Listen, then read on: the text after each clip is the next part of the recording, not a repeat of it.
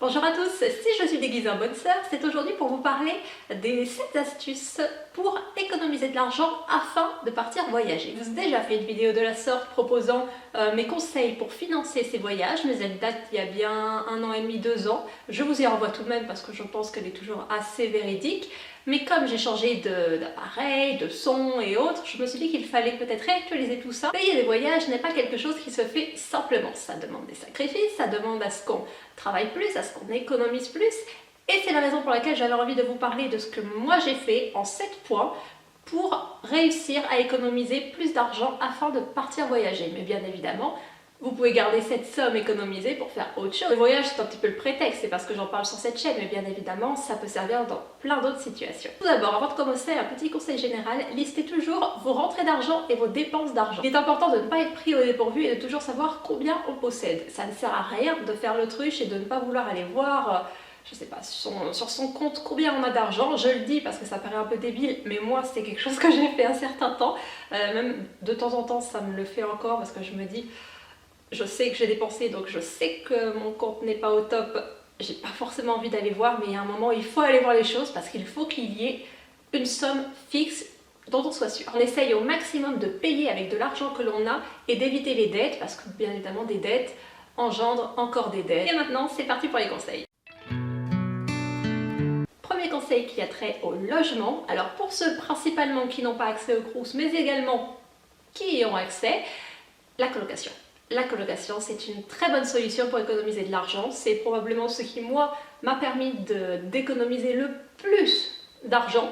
J'ai toujours vécu en colocation. Je suis passée de chez mes parents à 18 ans en colocation. J'ai eu 4 colocataires différents à intervalles irréguliers d'ailleurs, parce que j'ai changé plusieurs fois d'endroit, j'ai changé 3 fois d'endroit. J'ai beaucoup aimé les gens avec qui j'ai vécu. Je suis toujours actuellement à vivre avec d'autres personnes. J'ai l'impression que c'est quelque chose que je ferai toute ma vie. C'est intéressant sur le plan du loyer qui va être séparé en fonction du nombre de personnes. C'est également intéressant pour ce qui est de la connexion internet, parce que forcément on vit ensemble donc on se partage la connexion, également la taxe d'habitation que l'on partage.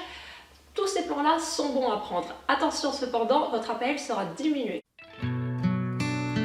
Autre façon d'économiser de l'argent, simplement, les repas maison. Préparez vous-même vos repas, évitez les sorties au resto. Alors après, forcément, ça dépend de votre boulot, si vous êtes à l'école ou autre. Pour ma part, je cuisine toujours mes propres repas. Que ce soit au travail, que ce soit à la fac, j'ai toujours cuisiné mes repas. En vérité, j'avais un self au Crous, bien évidemment, mais je pense, attendez, je calcule, j'y suis allée 3 fois en 5 ans. Voilà, le premier jour, parce que je ne savais pas comment faire d'autre, et 2 fois avec des personnes pour discuter. C'est tout. Sinon, le reste du temps, je me cuisinais toujours à manger. Mes amis faisaient ça également, donc ça m'allait très très bien. C'est également quelque chose que je fais pour les sorties, donc on évite les sorties dans les bars, dans les restos, dans les clubs tout le temps. Allez chez les amis, invitez vos amis, c'est quelque chose qui vous reviendra à tous beaucoup moins cher, qui est très convivial. Vous êtes tranquille, vous êtes au calme, vous vivez votre vie. Et vous cuisinez ce que vous voulez. Je prêche pour ma paroisse, mais je le précise tout de même, il faut savoir que la viande et le poisson coûtent cher. Donc si vous avez envie de réduire les frais, évitez la viande et le poisson. Ce fut au départ ma raison principale d'arrêter de manger de la viande et du poisson. Ça peut paraître très étrange parce que c'était avant même les raisons éthiques. Je ne vous oblige bien évidemment à rien du tout, mais c'est à savoir. Ensuite, en ce qui concerne le sport, l'entretien du corps et ce genre de choses, vous pouvez éviter la salle, tout simplement. Vous pouvez faire du sport chez vous, fitness, il y a plein de vidéos sur internet, vous pouvez aller courir, hein, vous avez juste à vous habiller et sortir de chez vous et aller courir dans le quartier. Vous pouvez aller nager à la plage si vous habitez à côté l'été, vous pouvez tout simplement aller marcher, vous pouvez aller jouer avec vos amis sur des terrains libres de tennis et autres. C'est assez varié en vérité tout ce que vous pouvez faire, vous n'avez pas forcément besoin d'aller payer une salle, payer une piscine. Ensuite, en ce qui concerne les transports, privilégiez la marche, le vélo et les transports en commun. J'ai parfaitement conscience que ce n'est pas possible pour tout le monde. Il y a énormément d'endroits où la voiture est indispensable. Pour ma part, c'est un choix que j'ai fait et j'en suis très heureuse, tout simplement parce que je n'ai pas eu à payer la voiture, je n'ai pas d'assurance, je n'ai pas d'essence. Tous ces frais sont en moins. Je paye une carte de transport à l'année, elle me coûte 200 €. Bon, bah voilà, ce sont des frais, ça reste beaucoup moins cher que si j'avais une voiture. Et si j'ai besoin de bouger à travers la France, bah je prends soit le train où j'ai une carte 12-27 maintenant, et également le covoiturage qui demeure très pratique. Je le répète à nouveau, ce n'est vraiment pas pour tout le monde, c'est principalement dans les grandes villes que vous pouvez faire ça. Faites au mieux, j'ai envie de dire.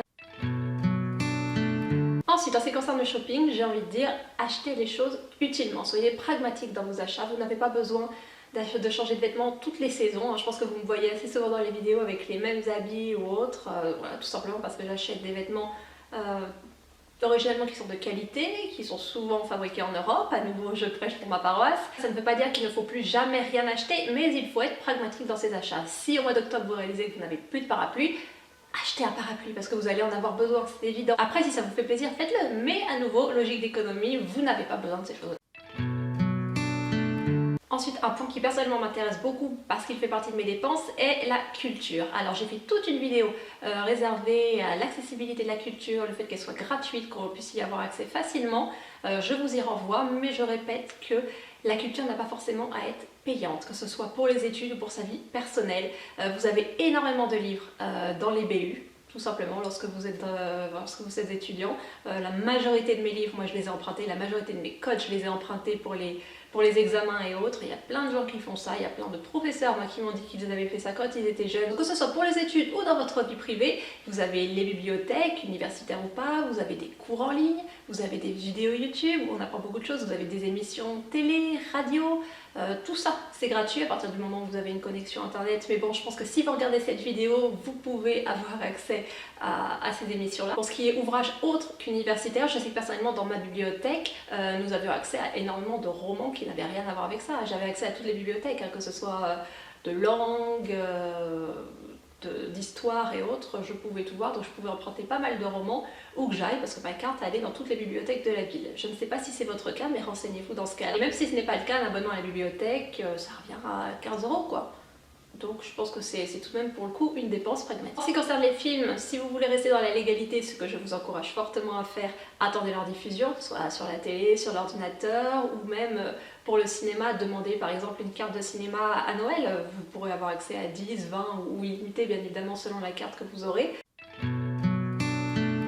Et finalement, ma 7e astuce est tout de même d'éviter toutes les privations ultimes. C'est-à-dire que vous faites attention à ce que vous achetez et autres, mais ce n'est pas pour cela que vous n'allez rien acheter. Faites-vous occasionnellement, peut-être une fois par mois, ou enfin, selon votre budget bien évidemment, un petit plaisir, une pâtisserie, gâtez vos proches pour leurs anniversaires, pour Noël, ça fait vraiment du bien et ça fait plaisir d'offrir et de prendre du temps pour acheter des cadeaux qui comptent parce que forcément ils ont de l'importance dû au fait que vous faites attention à toutes vos dépenses. Le fait de vous priver pas du tout, c'est très mauvais, vous allez finir par être frustré et par détester en réalité le but de ces économies. Cette vidéo est à présent terminée, j'espère qu'elle vous aura plu. J'ai vraiment tiré ces petites astuces de mon expérience personnelle, donc n'hésitez pas à partager dans les commentaires quelles sont vos astuces tirées de votre propre expérience. Je pense que ça pourra en intéresser plusieurs d'entre vous. Sur ce, je vous retrouve dans une prochaine vidéo et en attendant, portez-vous bien. Au revoir.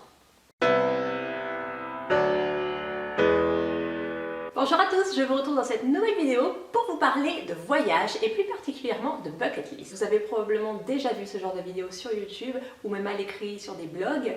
Il s'agit d'une liste de tout ce que l'on souhaite faire avant de mourir.